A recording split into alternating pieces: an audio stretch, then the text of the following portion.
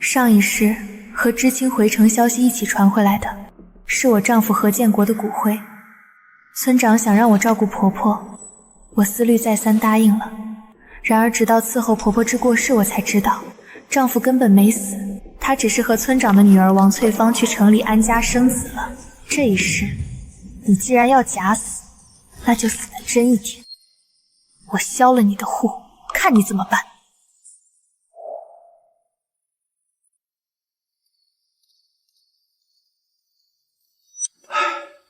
徐秀琴同志，有个不幸的消息，你的丈夫何建国出了意外，已经去世了。怎么会这样？何建国走的时候还好好的。秀琴，我知道你很难接受，我是看着小何长大的，他出事我也难过，你要振作起来，村里会安排人帮忙料理后事。我想再看看他，就看最后一眼。小何的遗体已经火化了，我给他选了一块风水宝地，让他入土为安吧。我儿命苦啊，你怎么就丢下妈走了，建国啊！秀琴，建国不在了，你也不用管我这个死老婆子了，你应该回到大城市去享福，妈不能耽误你呀。秀晶同志，虽然于理来说你该回学校深造，可小何意外逝世，家里只有一个寡母，你该担负起照顾婆婆的重任呐。又是这一套，上一世我就是被你们的戏演的心软，才掉进了深渊。上一世也是如此，丈夫意外身亡后，我放弃了大好机会留在村里，全村人都夸我有情有义，说老何家娶了我是烧高香了。为了照顾婆婆，我尽心尽力，一个人打理家里10几亩地。婆婆患病需要长期吃药，为了赚钱，我还在村里弄了一个鱼塘养鱼，年纪轻轻便累出一身病。建国，你没死？他当然没死，不仅没死，这几年我们在城里过得好着呢。多亏你替我照顾妈，还帮我占了回城的名额。你们，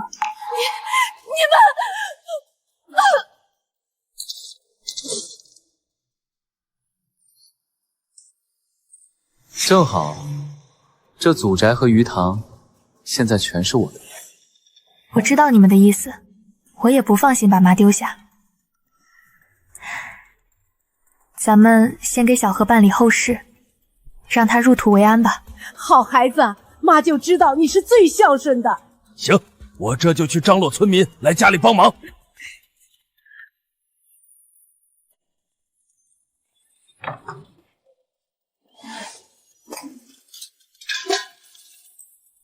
何建国，既然你想玩假死，那我就成全你。销户证明开好了，接下来有好戏看了。这老传统都是土葬，怎么老何家非要火化？一把火烧了，多不吉利！谁说不是呢？这何婆婆平时最迷信，这次倒是转了性了。为什么？就是为了死无对证。秀琴，你刚刚干嘛去了？快来帮忙！我打算把我那块墓地用来安葬建国，让他早些入土为安。妈，听您的，都听您的。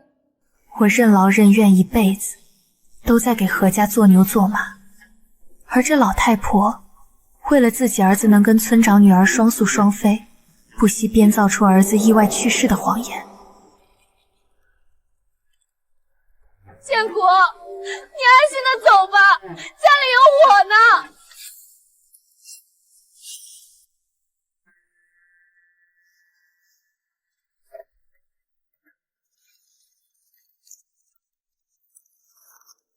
儿啊，妈多存点儿，你在城里可不能受了委屈。前世我心疼婆婆老来丧子，从来没开口要这笔钱，直到她死后何建国上门，我才知道婆婆不仅将礼金全都寄给了她，还把我每个月给的零花钱一一寄走。1000多块，不是一笔小数目了。我的大好青春被一个谎言给荒废了，最后还因为劳累英年早逝。这一世，我绝对不让他们如愿。村长，我来申请单亲家庭补助，顺便想把建国名下的房子和东西全转到我名下。村长女儿王翠华正跟何建国勾搭，这房子在他眼里早就是他女儿的私产，他怎么舍得转给我？村长，建国走得早，留下我和婆婆孤苦伶仃。我要是没个房子傍身，以后被亲戚赶出来怎么办？我也想给婆婆养老送终，可我也得要个保障啊！现在家里没了劳动力，不申请补助，我们娘俩迟早要饿死啊！秀琴，你先别哭了，房子这事儿得问你婆婆。至于补助，我只能帮你去申请，能有多少看上面。妈，以后我就是您亲女儿，您把房子转到我名下，以后我伺候您一辈子，给您养老送终。胡闹！村里哪有女人继承房子的规矩？这规矩谁定的？女人继承房子犯法吗？建国死了，我就是第一顺位继承人。没房子保障，我也得为自己考虑，大不了我改嫁算了。何建国和王翠芳躲在城里逍遥，这死老太婆和10几亩地正缺个免费劳动力。何建国不离婚搞假死，就是怕背上抛妻发妻的名声影响仕途，还想让我白白替他尽孝。建国是死了，但他亲妹妹建丽还在，我这老太婆也还在，房子转给你算什么事儿？行，妈，那您去建丽家养老吧。我没有任何保障的话，对我来说也不公平。您说是吧？婆婆重男轻女，从小对建丽非打即骂。建丽嫁人后根本不回来，这老太婆常年卧床是个累赘，除了我，谁还会管她？她现在能靠的只有我这个儿媳。我得考虑一下，这房子是何家祖辈传下来的祖宅，转给你，我怕不好给列祖列宗交代啊。妈，活人就别在意死人的看法了。这知青都要返城了，您要是舍不得房子，我就申请返城去学校深造了。毕竟我还年轻。秀琴，她是婆婆，建国不在了，你丢下她不管，这不太好吧？而且返城名额都报上去了，你现在想走也来不及了。村长，道理我都懂，要不然您号召村委会帮帮我婆婆，我一个人很难照顾好她老人家的。另外，返城名额有几个？咱们这片下乡的没多少人吧？我也不是很清楚，都是学校那边提交的。你先回去吧，我和村长商量一下，毕竟这是祖宅。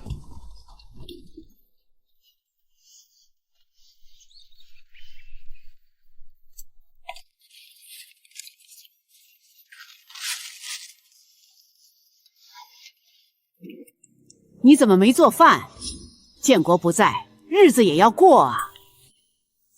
我伤心过度，完全没胃口。妈，建国刚走，您胃口就这么好吗？人活着总有希望。房子的事儿，我和村长商量了，你守着我不容易，明天就去过户，让村干部们做个见证。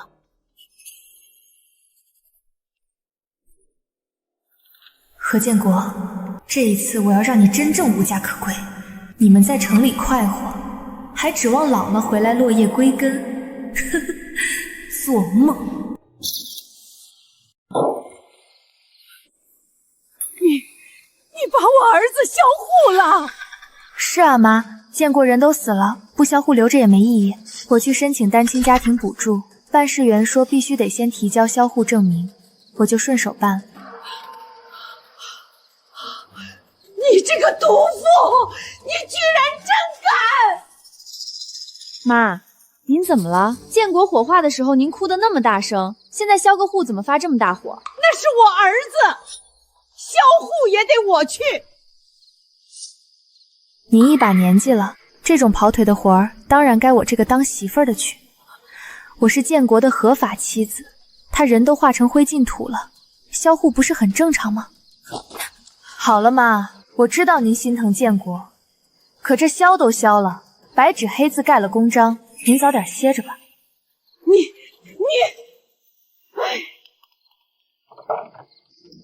何建国，你想玩输假死脱身，我就让你在法律上彻底消失。死人好当，活人好当，这活死人的滋味，你以后慢慢尝。这死贱人，居然把建国的户口注销了，这么大的事情居然不和我说！不行，我得赶紧把钱给建国寄过去，不然他没法活了。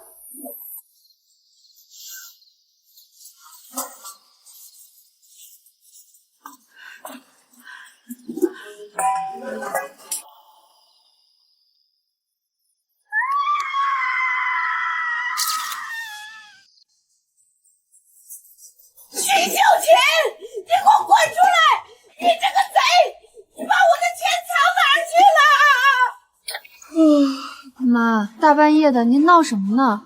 左邻右舍都被您吵醒了。钱，那1000块礼金，是不是你偷换成了废纸？你给我交出来！妈，您这话说的，那钱不是您一直在管吗？平时连碰都不让我碰一下，我上哪儿知道去？难不成是您要寄给谁，中途被外人给换了？要不我这就去喊村长，叫全村乡亲来帮咱们评评理。掘地3尺，也要查查这钱到底去哪儿了。不能报警，万一警察查到建国假死，那是合伙诈骗，建国这辈子就毁了。妈，我知道您是因为建国的死难过，但您可别气坏了身子，不然建国在底下也不安心呢。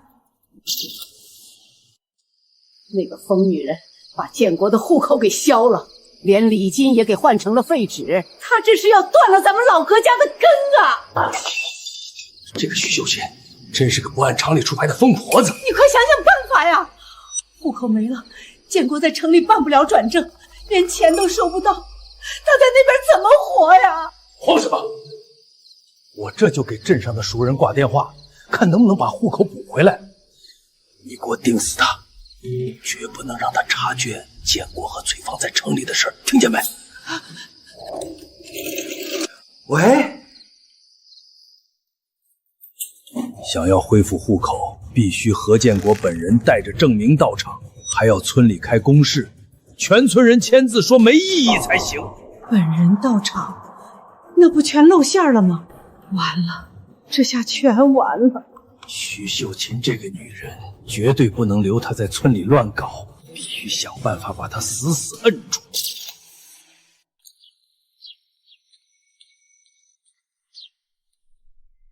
徐秀琴，你居然还没做饭！建国是不在了，可咱们活人的日子还要过，地里的庄稼都荒了一半了，你也不去管，天天就在家吃干饭，你想饿死我这个老太婆是不是？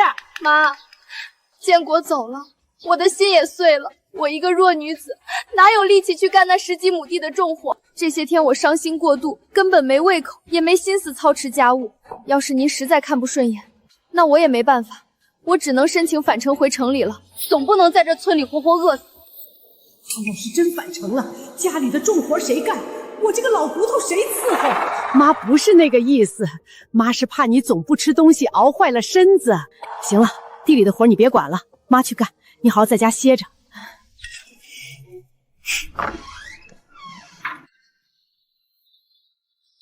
回城申请，我一刻也不想在这个鬼地方待下去。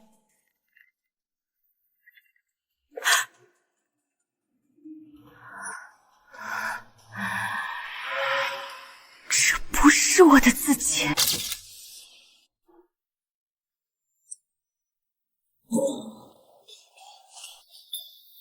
村长，我之前托您申请的单亲家庭补助，到底什么时候能下来？我这天天等着这笔救命钱过日子呢。秀琴啊，这个补助咱们公社名额有限，上头说要优先拨给更困难的绝户头，你这边暂时还不符合硬性要求。村长，您说话得摸着良心啊！建国没了，家里剩下2个女人守活寡，10几亩地，我一个弱女子哪能耕得动？连口稀饭都喝不上了，我还不够困难吗？既然村里不给活路，那我就只能改嫁，或者回城里申请知青返城了。我总不能在这个穷山沟里活活等死！秀琴，姑奶奶，你小点声，别哭，千万别哭。是我老糊涂，没把话说明白。这样，我明儿个就去镇上帮你再磨磨，一定把名额给你争取回来。你先回家等消息，好不好？那我就等村长的好消息了。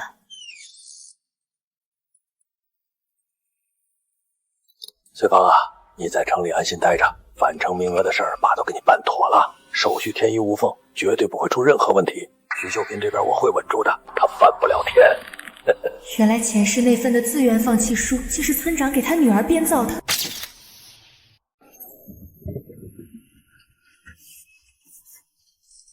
说自行车30，缝纫机50，连带那个座钟，一共给个数，合适你就拉走。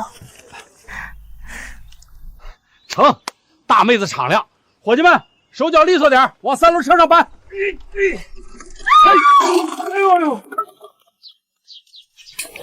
准搬！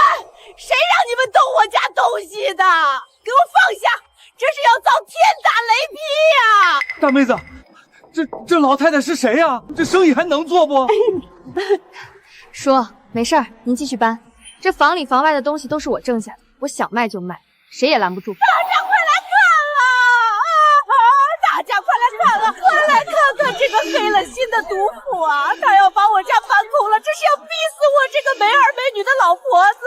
建国才走几天呢，这媳妇儿怎么就变卖家产了？我那苦命的儿子刚走，他就这么欺负我这个孤寡老婆子，老天爷没眼呐！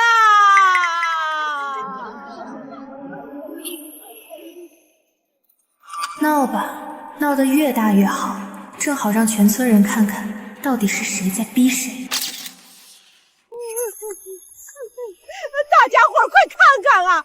这个丧良心的徐秀新，建国才走几天，他就急着卖光家产改嫁，这哪是过日子，这是要剥了我的皮呀！妈，我最后问你一次，建国走的时候，全村乡亲们随的那1000多块丧礼金，是不是一直在你手里攥着？你胡说八道什么？那点钱早在办丧事的时候花个精光了，我手里别说钱了，连个钢镚儿都没有。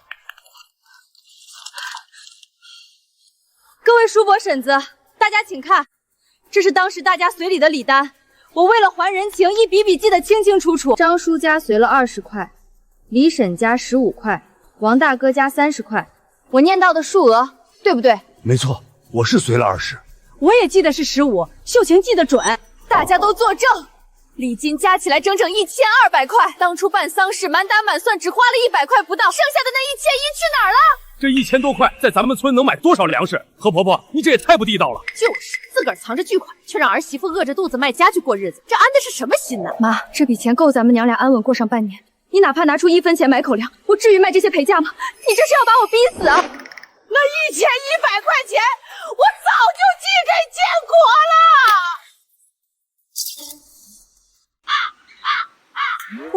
我是说，我是寄给建国的弟弟了，这钱是捎给他在底下花的。大家伙谁不知道何家祖上3代单传，建国可是个独苗，哪来的弟弟？这谎扯的也太没边了。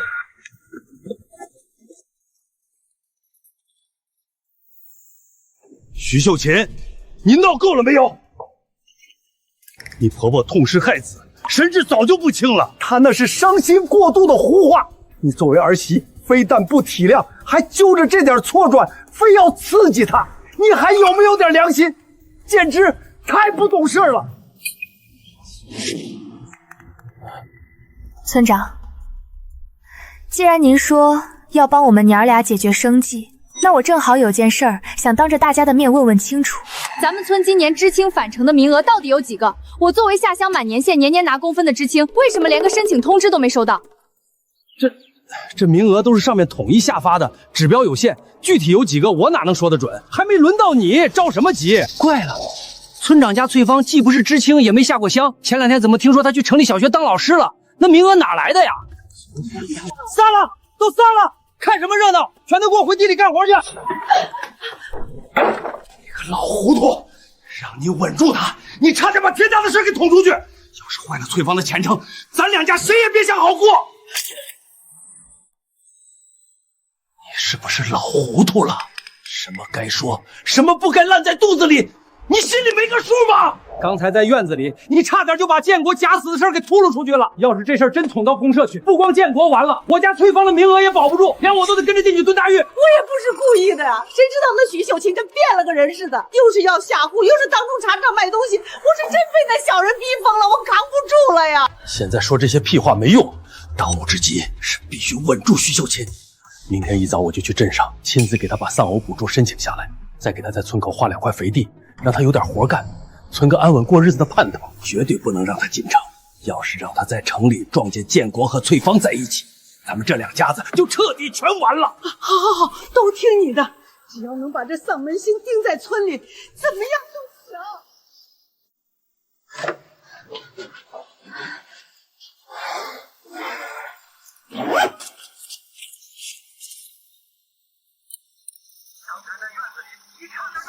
王翠芳、何建国，我们马上就能再见了。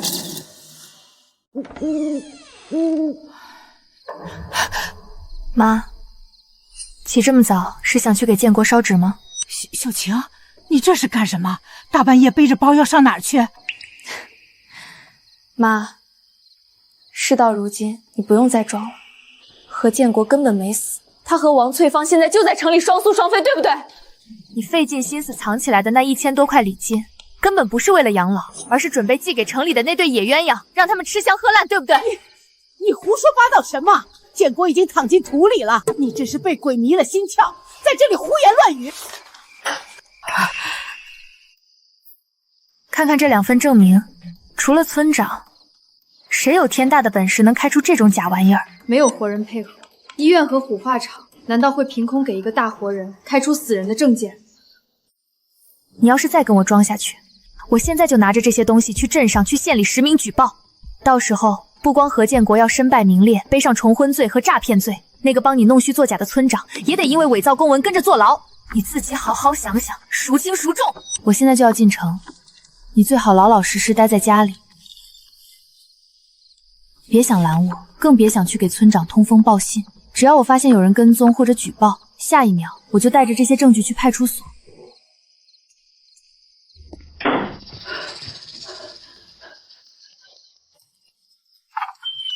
完了，全完了！徐秀清进城了，全完了！何建国、王翠芳，上一世你们偷了我的名额，抢了我的身份，最后还要了我的命。这一世，我亲自来向你们讨债。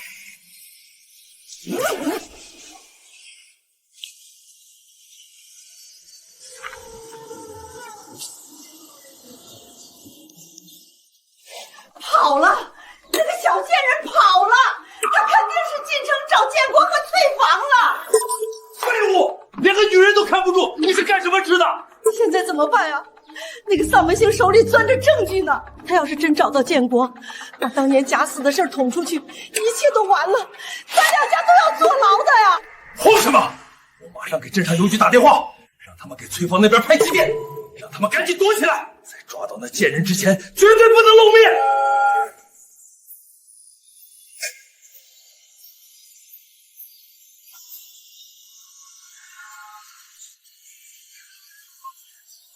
我回来了，这一回属于我的一切，我要你们原封不动的全部吐出来。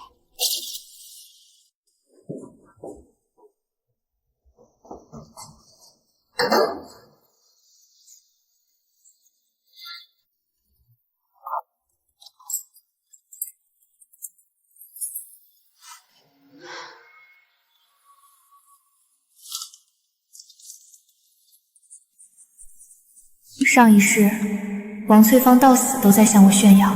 她说她顶替了我的名额，才进了这所小学，成了人人尊敬的王老师。这一世，我要亲手把你从那个高位上拽下来。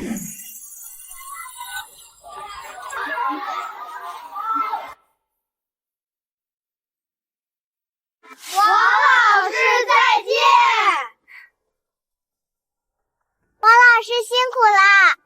同学们再见，过马路要注意安全。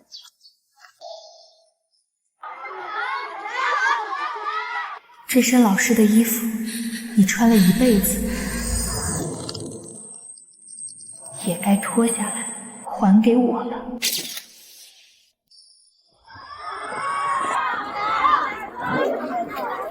建国，累了吧？瞧你这满头的汗。快别提了，真是累死了。今天那个老校长又找我谈话，说是有家长投诉我最近上课老走神。没事的，翠芳，不要在意。今天买了你最爱吃的五花肉，晚上回去给你做红烧肉补补。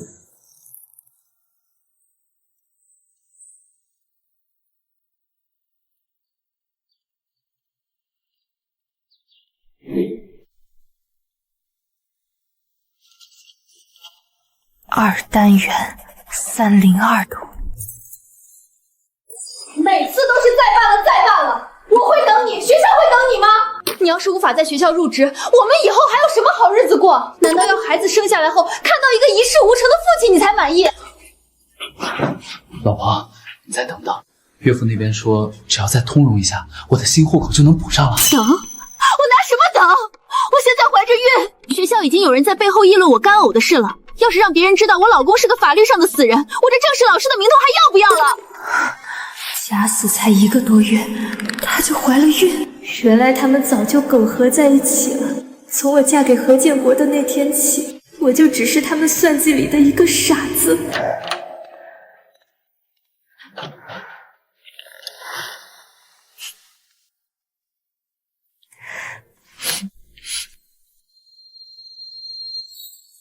这就是你们跨越生死的真爱。我要让你们的这份真爱，在所有人面前变得一文不值。何建国，你妈还说给我们寄了压箱底的钱，可是钱呢？寄来一封信说钱不见了就没了，下周就要交房租了，米缸也快见底了，你告诉我拿什么交？难道让我挺着肚子去大街上睡吗？一定是哪里出问题了。肯定是徐秀琴那个贱人，除了她没人能干出这种事儿。我爸当初就没看好你，要不是我怀了你的种，你以为他愿意让我跟着你冒这么大的险？现在钱没了，户口补不上，连我的工作也快被人顶了。何建国，我当初到底是瞎了哪只眼才图你这个人？老婆，你别哭，房租的事我会去工地上再想想办法，你千万别动了胎气。我明天一早就给家里打电话问我妈，看看到底是怎么回事儿。你别生气了好不好？这就受不了了。我上辈子受的那些苦，你们这才尝到了1/1000呢。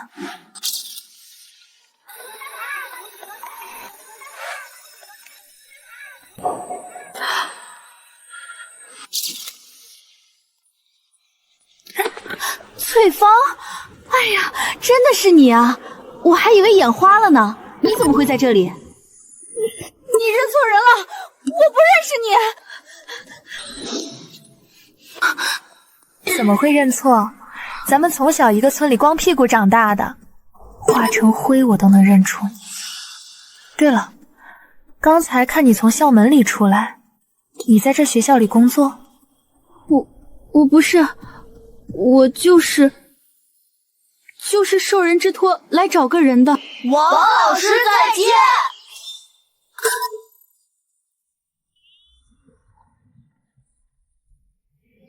秀芝姐，你这大老远的怎么突然来城里了？家里都好吗？我丈夫何建国死了，这件事你知道吗？是吗？节哀啊，秀琴姐，我一直在城里，不知道这事儿。是吗？你和建国一个村的，他出意外这么大的事儿，村长是你亲爹，他能不告诉你？还有，你压根儿不是知青，根本没有返城名额。你是怎么进这所公办小学当老师的？你顶了谁的名额？心里不清楚吗？我还有事。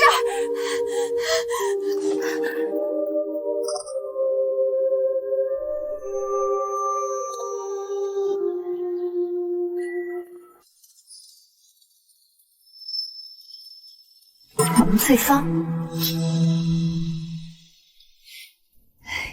老师您好，我是王翠芳的远房表姐。翠芳这孩子脸皮薄，我就是想私下问问，她顶替别人的名额入职，后面会不会有什么麻烦啊？你这个当姐姐的操心太多了，放心吧，王翠芳的返城证明、知青材料全都是盖了章的，手续合规，档案我都看过了，不会有问题的。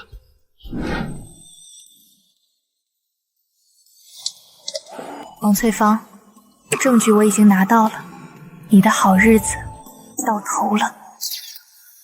何建国，那个疯女人找来了，徐秀琴，她就在学校门口堵我。都怪你，都怪你当初非要搞什么假死脱身，现在好了，站出找上门了。要是我的名额被捅出去，工作没了，我肚子里的孩子怎么办？我跟你没完！这个阴魂不散的贱人，我以为他在村里伺候我妈，没想到他居然长了狗胆，敢一声不吭摸到城里来。他肯定什么都知道了。他今天指着我的鼻子问名额的事儿，还提到了你。怎么办啊，建国？他手里肯定有东西。别怕，名额是死档案，他翻不了天。明天一早我就去学校门口堵他，我倒要看看他到底想干什么。他要是识相，拿点钱赶紧滚回村里守活寡。他要是敢乱咬，老子对他不客气。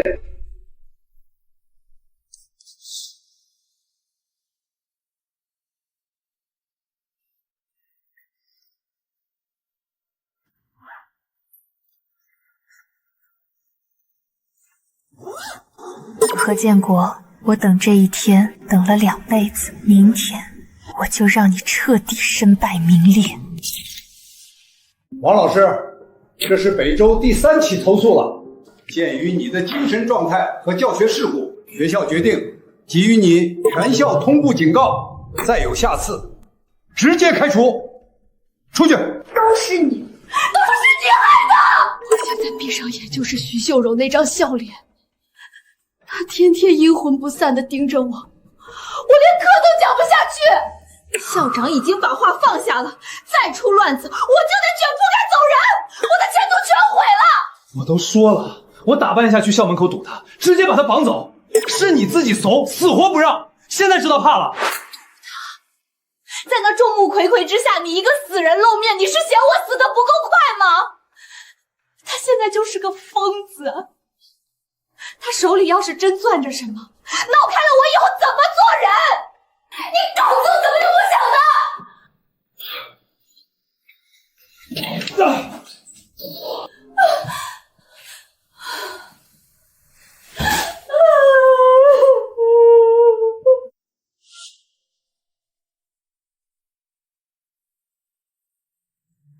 徐秀清，你到底想干什么？你当什么故事？你天天跟着我，到底想怎么样？你杀了我吧！你到底想怎么样？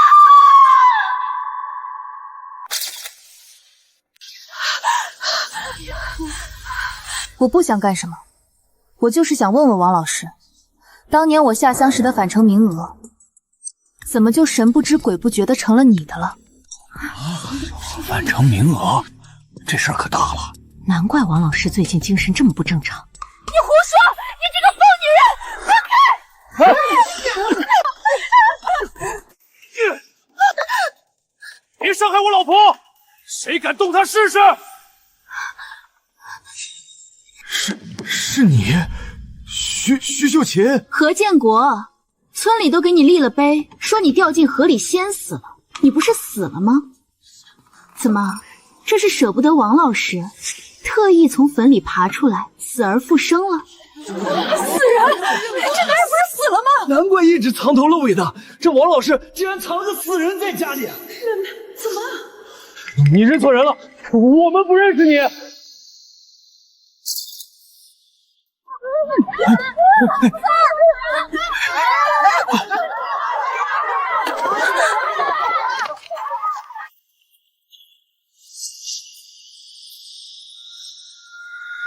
建国，你真的没死！村里都说你出意外死了，连骨灰都送回来了。我和妈给你办了丧事，给你下了葬，你怎么会好端端的出现在这里？你不喜欢我，你可以跟我离婚啊！你为什么要编造假死的谎言骗我？为什么要让我守着一个空坟，在村里伺候你妈一辈子？我的天，假死骗老婆，这男的也太不是东西了吧！这心肝肺全是黑的。这女的是他老婆，那他拼命护着的这个女的是谁？难不成是外头养的小三儿？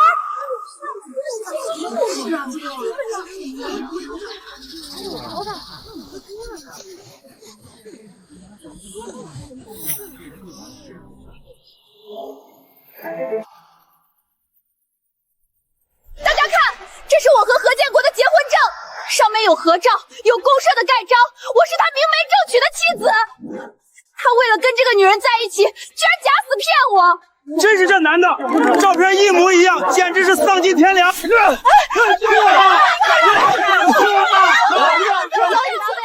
他假死才1个多月，这个女人就怀了孕，他们早就苟活在一起了，他们合起伙来骗我。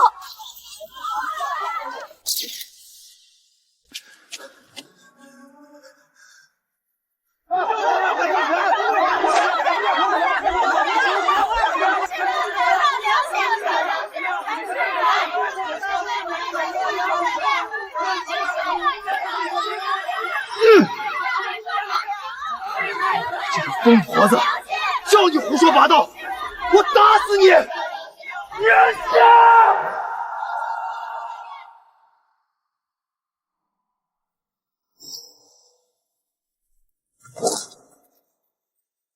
你干什么？抛弃妻子，搞假死骗婚，还有脸打老婆？你还是不是个男人？渣男！太不是东西了！什么东西啊！那个小三儿骗老婆假死，简直丧尽天良！这种畜生就该被雷劈！怪不得他之前来学校办入职，那手续磨磨唧唧，一直办不下来。原来是户口早就被销了！哈哈哈哈！大家伙瞧瞧，一个法律上的死人，还想正经入职当老师，真是天大的笑话！知人知面不知心，平时看王翠芳斯斯文文的，背地里竟然勾引有妇之夫，还帮着藏人。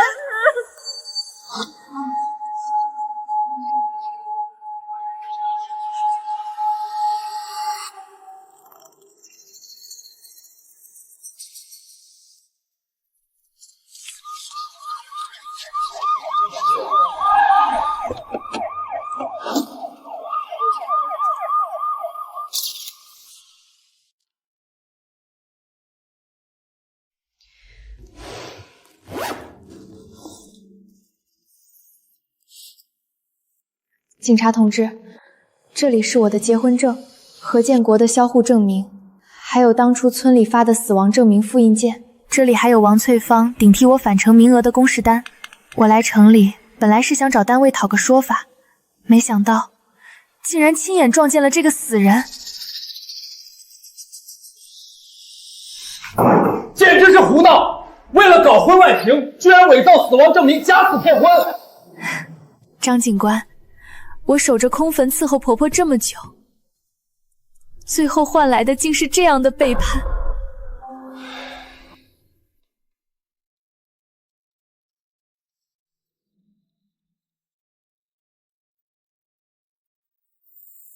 我不认识那个女人，她就是个疯婆子，是来学校闹事的，她这是在污蔑我。那个结婚证一定是她伪造的，我这辈子根本就没结过婚，你们别被骗了。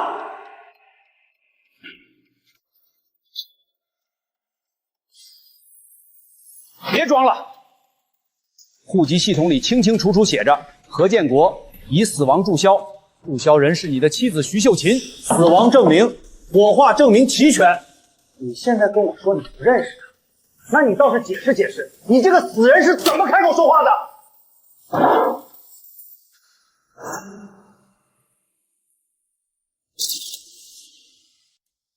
听清楚了，你们这属于民事婚姻纠纷，不涉及刑事犯罪。这次只是口头警告和批评教育，以后要是再敢聚众闹事，扰乱公共秩序，绝不轻饶。是，警察同志，我们一定深刻反省，绝对没下次了。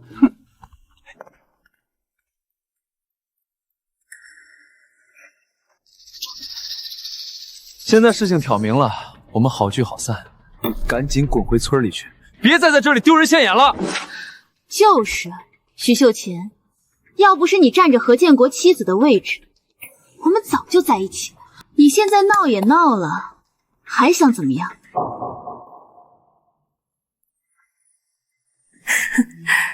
好聚好散，何建国、王翠芳，你们想的也太美了。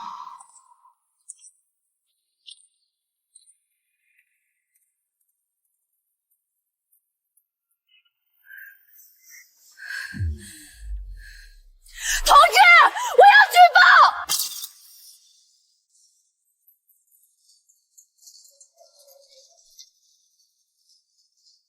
同志，我要实名举报红卫村村长王树根，他利用职务之便滥用职权。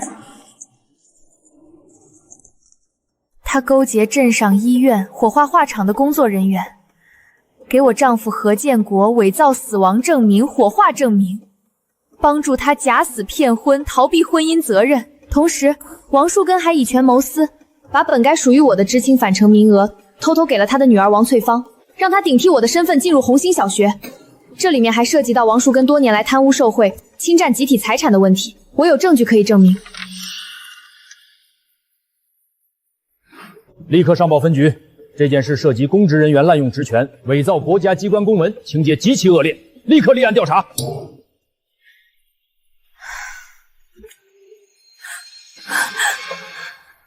完了，全完了！我爸要出事了，我的工作也保不住了。徐秀琴这个贱人，她居然做的这么绝，她这是要逼死我们呀！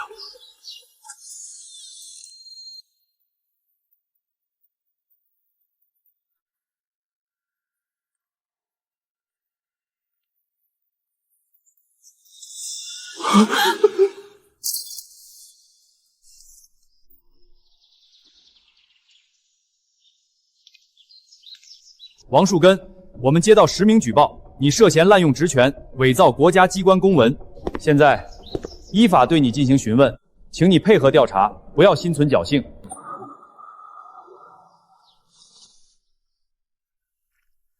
警察同志，这都是误会，是徐秀琴那个疯婆婆污蔑我。我当了这么多年村长，一心为村民，怎么可能做这种事儿？误会。这张何建国的死亡证明是你托镇上医院开的吧？人好好活着，你开死亡证明也是误会。我的天，怪不得王树谷家翠芳不是知青，能去城里当老师，原来是走了后门顶了名额。还有何建国那事儿，合着是假死，骗了我们这么多人的礼金，太不是东西了。徐秀琴也太可怜了，这些年没日没夜的干活，竟被他们一家子骗得团团转。我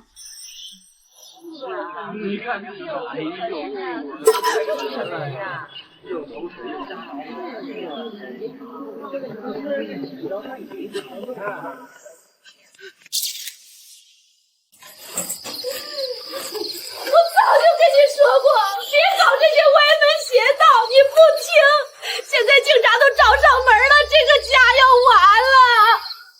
哭什么哭？还没到绝路。我托人去镇上打听了，这事儿的源头全在那个徐秀琴身上。只要徐秀琴肯撤案，这事儿还有转圜的余地。我就不信。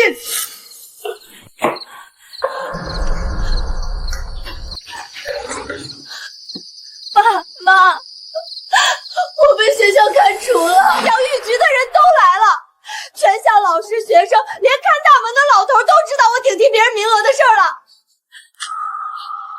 我全完了。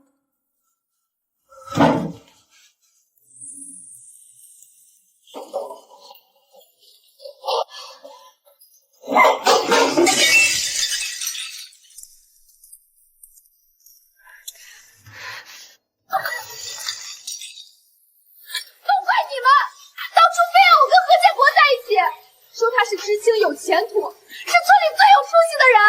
现在好了，我工作没了，名声没了，我以后还怎么见人？我以后怎么活啊？你还有脸说？要不是你虚荣心作祟，非要闹着去城里，非要顶替徐秀琴的名额，能出这些事儿吗？你爸一辈子的名声全毁在你手里了。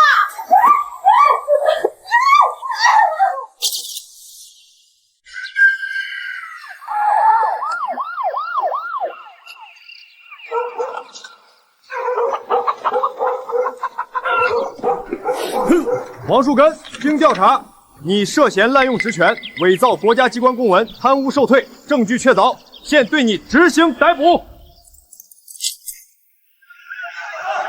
呸！这种滥用权力的蛀虫早该进去了。丧尽天良，连这种假死骗人的事都干得出来，老天爷终于开眼了。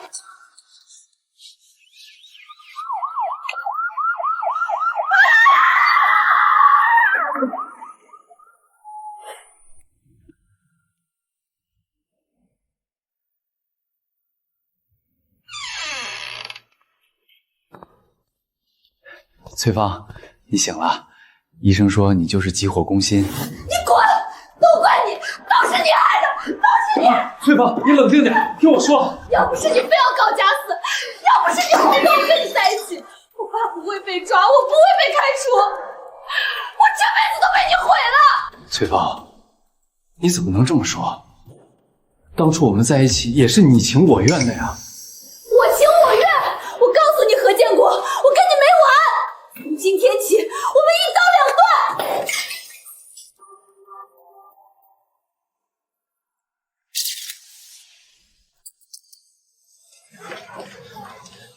翠芳，你刚才说的都是气话，对不对？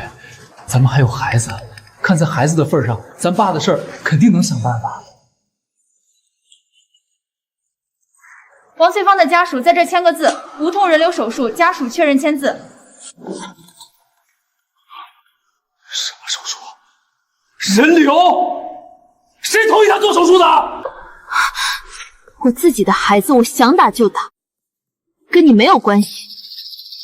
何建国，我们之间到此为止了。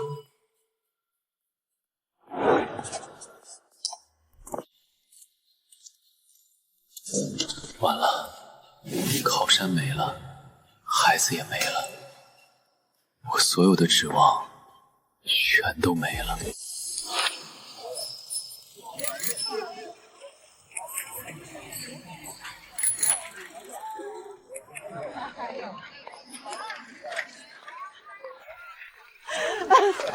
建国，咱们家完了，王树根被抓了，村里的人都知道你假死的事儿了。那些村民天天堵在咱们家门口要礼金，说要是不还钱就拆了咱家的房。建国，咱们现在怎么办啊？怎么办？我怎么知道怎么办？你个骗子！你假死骗我们的礼金，今天必须把钱一分不少的还给我们！就是，我们当初看你妈可怜，哪怕家里揭不开锅也随了礼，结果你们合起伙来骗我们，今天不还钱，别想进这个门！大家冷静一点，钱我肯定会还的，大家给我一点时间。我们给你时间，谁给我们钱？你要是不还钱，我们就去派出所告你诈骗！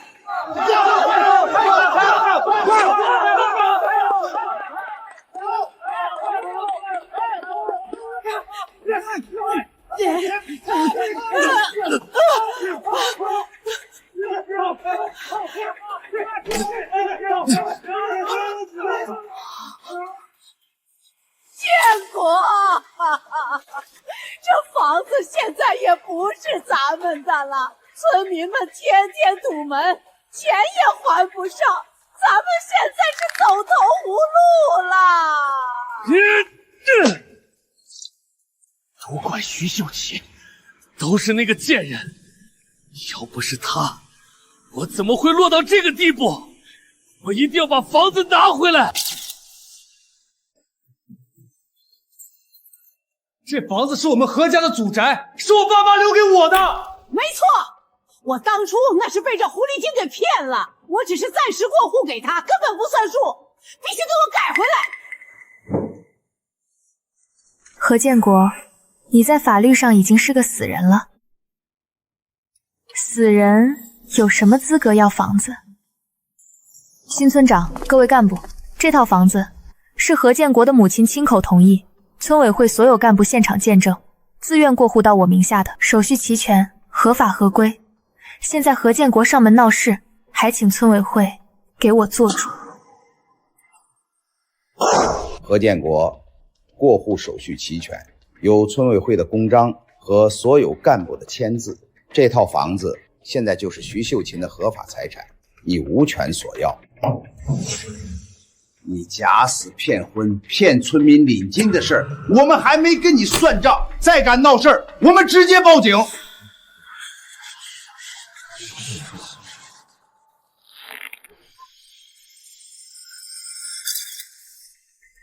家快来看呀，没天理了！这个毒妇霸占我们何家的祖宅，他真是要逼死我们母子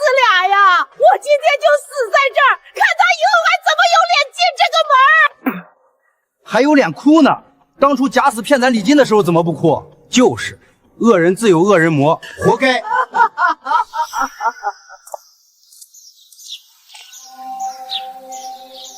演够了没有？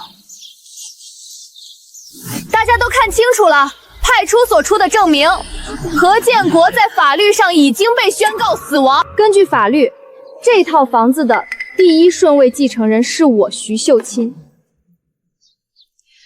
跟他这个早就死了的人，还有他这个自愿签了过户协议的妈，没有任何关系。你今天要是真敢死在这儿，我二话不说，立刻报警。王树根现在就在牢里蹲着，你想进去陪他，我成全你。这女人变了，她真的敢报警？建国，咱们走，咱们先走。徐秀金，算你狠！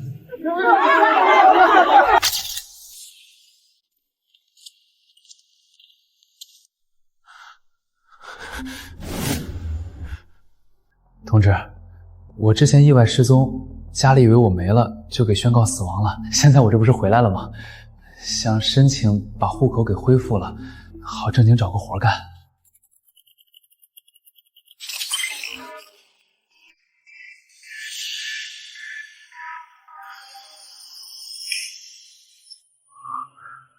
怎么这么慢？难道被看出来了？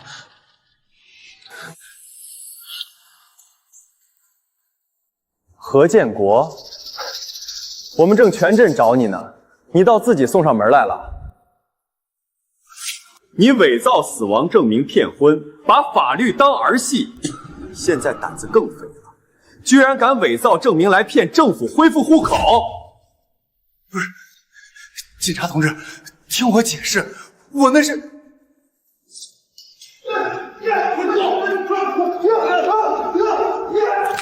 带走，先拘留5天，好好反省你的问题。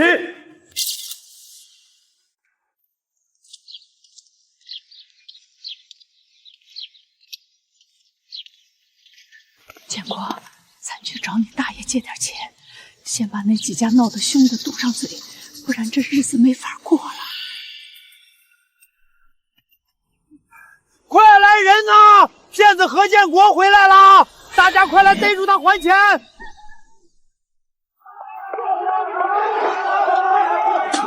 妈，快跑！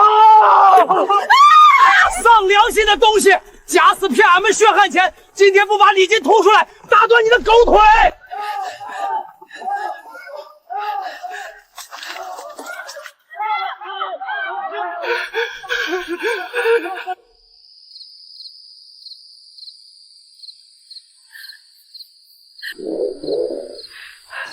建国，村里是回不去了，钱也还不上，房子也没了，咱们现在去哪儿啊？进城，只能进城。我现在是黑户，大工厂进不去，就算打黑工捡垃圾，也得活下去。等我以后混出个人样来，一定要回来找徐秀琴报仇。徐秀琴，你给我等着！我受的罪，早晚要你加倍还回来！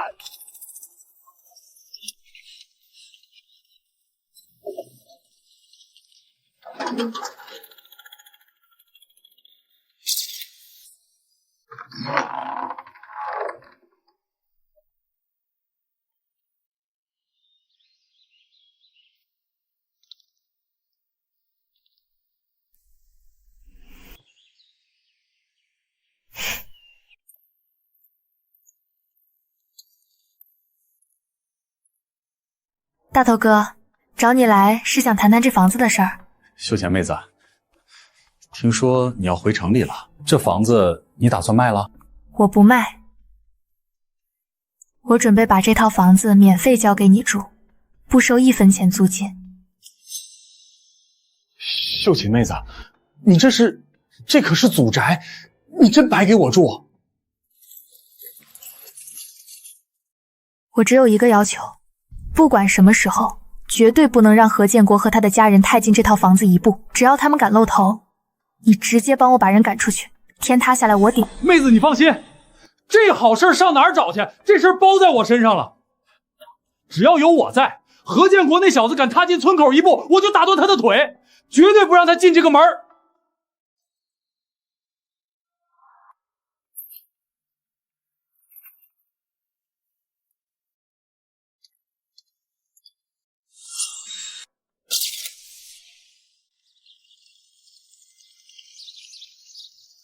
王婶儿，这是知县前借你家的那半袋面钱，咱们两清了。秀琴啊，你这说走就走，以后还回来不？账结清了，心也就安了。妹子，你尽管放心去城里闯，房子的事儿我一定给你看好。只要我不点头，姓何的一根毛都别想飘进那院子。麻烦你了，大头哥，以后村里要是有什么急事儿，我会给你打电话。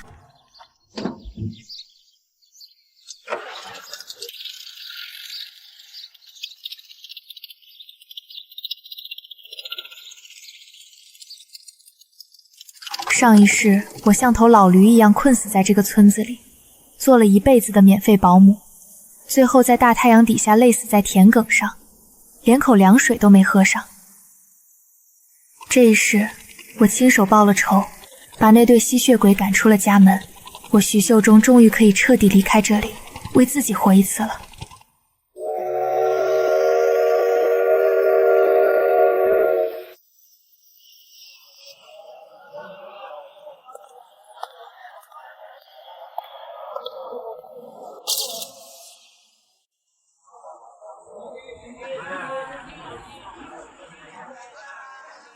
李主任，我想租下咱们市场进门右手边那个最大的空摊位，这是我的执照和经营计划书。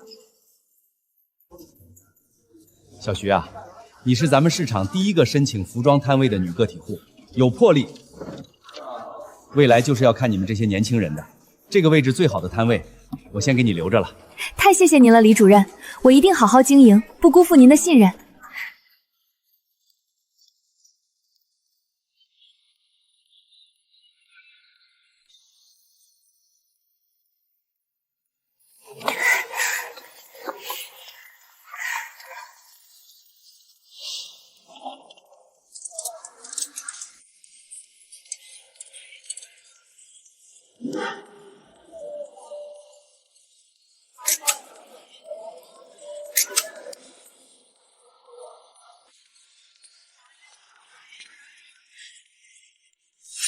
老板娘，这裙子样式真新颖，我在百货大楼都没见过。这是南边最流行的款式，你长得白，穿这件正好。去后面试衣帘里试试。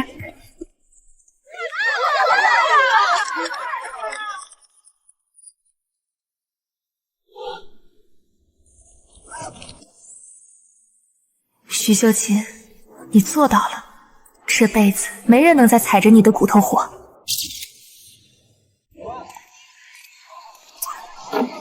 小姑娘，生意兴隆啊，在这儿做生意得懂规矩。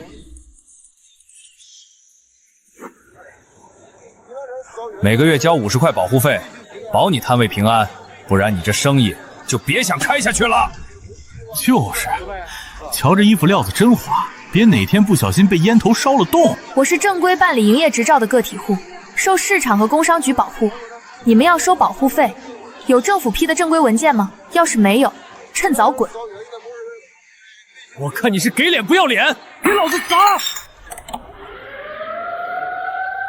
干什么？光天化日之下想抢劫吗？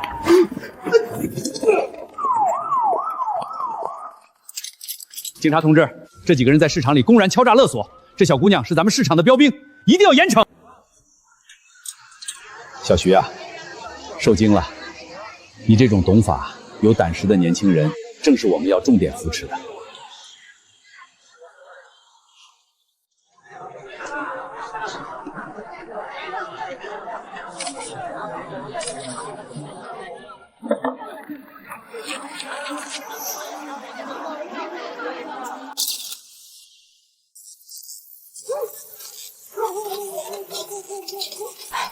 建国，快点，趁那个姓紧张的去田里还没回来，咱们赶紧钻进去把门反锁了。妈，你别催，这本来就是咱们老何家的房，徐秀琴那个疯女人凭什么送给外人？何建国，你个骗子还敢回来！我早就跟你说过，这房子现在是秀菊妹子的，你敢踏进一步，我就打断你的腿！张大头，你少多管闲事儿，这是我祖产，房产证写的是我的名。你什么？杀人了！救命啊！张头打死人了！你当初骗了俺家50块礼金还没还呢，还钱！良心的东西，把媳妇卖了换钱，现在还有脸回来抢房子！滚出红卫村！再让我看见你们，非扒了你们的皮！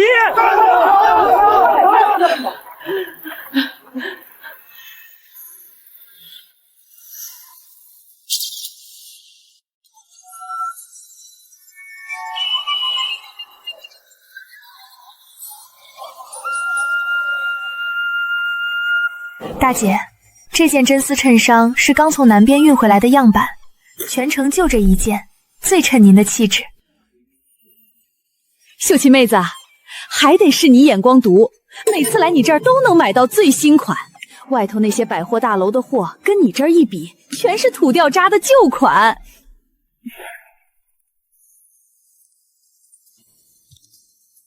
从摆地摊到开分店，这几年的路，我每一步都走得极稳。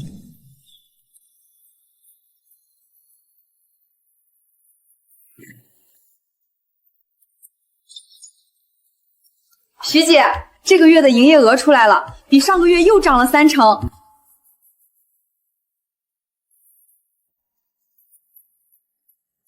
涨30%在预料之中，咱们的款式更新得快，口碑立住了，生意自然不会差。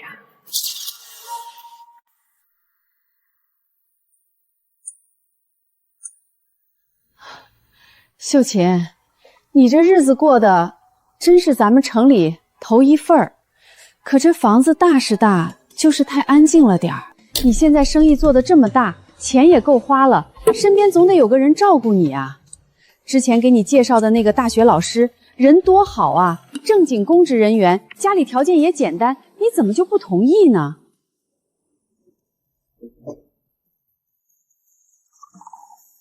林姐，喝点茶暖暖身子。林姐，我不是不相信爱情，女人这辈子最可靠的永远是自己。那些为了男人卑微入尘埃的日子，像是一场上辈子的旧梦，想起来都觉得窒息。我现在有钱有时间，想去哪儿就去哪儿，想做什么就做什么，不用伺候任何人，不用看任何人的脸色，这样的日子我过得很开心。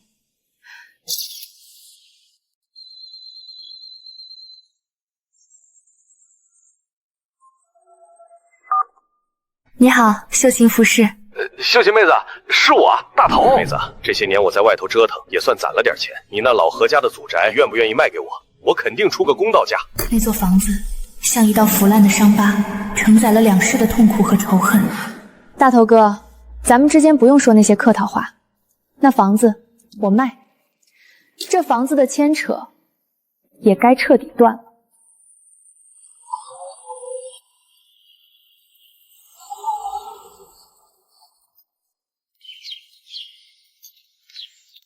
时隔多年再次回来，当年的那些破事儿，竟然真的都成了过眼云烟。秀琴妹子，好久不见，你真是越来越有出息了。大头哥，好久不见，麻烦你这些年帮我看着房子。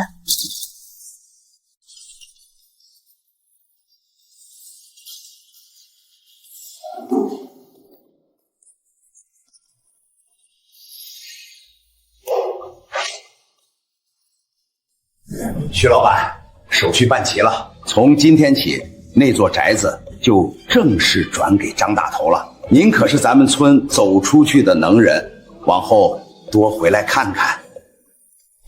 大头哥，以后那块地怎么规划，全凭你做主了。妹子，你放心，我一定好好拾掇。签完这个字，这辈子、上辈子，我和老何家所有的账都算彻底清了。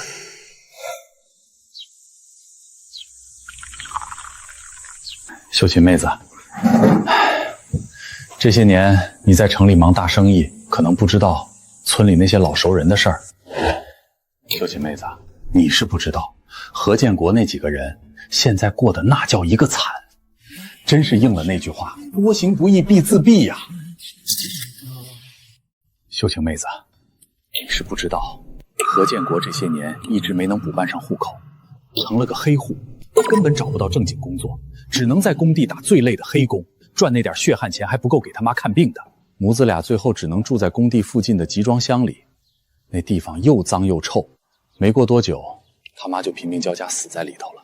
前世他靠着吸我的血享尽荣华，这一世他终究是还了债。何建国连安葬他妈的钱都拿不出来，还是警察看着可怜帮忙火化的。听说他把骨灰天天带在身边，后来工地也不敢用他了。他彻底没了斗志，最后沦为了街上的流浪汉，天天在火车站附近乞讨。那王翠芳呢？王翠芳更惨，他爸坐牢之后，王家就彻底败了。她远嫁给了外地的一个老光棍，生了3个孩子，日子过得苦不堪言。听说天天挨打。前2年她带着孩子回娘家，结果被她哥嫂拿着扫帚直接打了出去，骂她毁了整个家，再也不让她进门。从那以后，就再也没人见过她了，不知道死在哪座山沟沟里了。自作自受。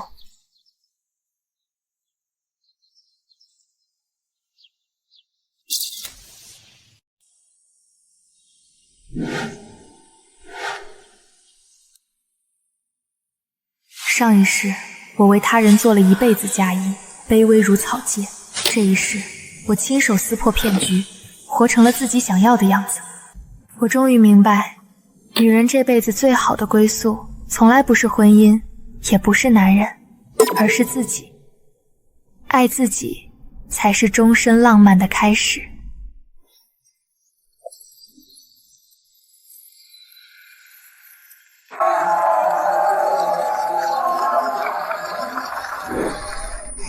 那些伤害过我的人，终究在泥泞里为自己的恶行付出了惨痛的代价。感谢曾经的苦难，更感谢从未放弃的自己。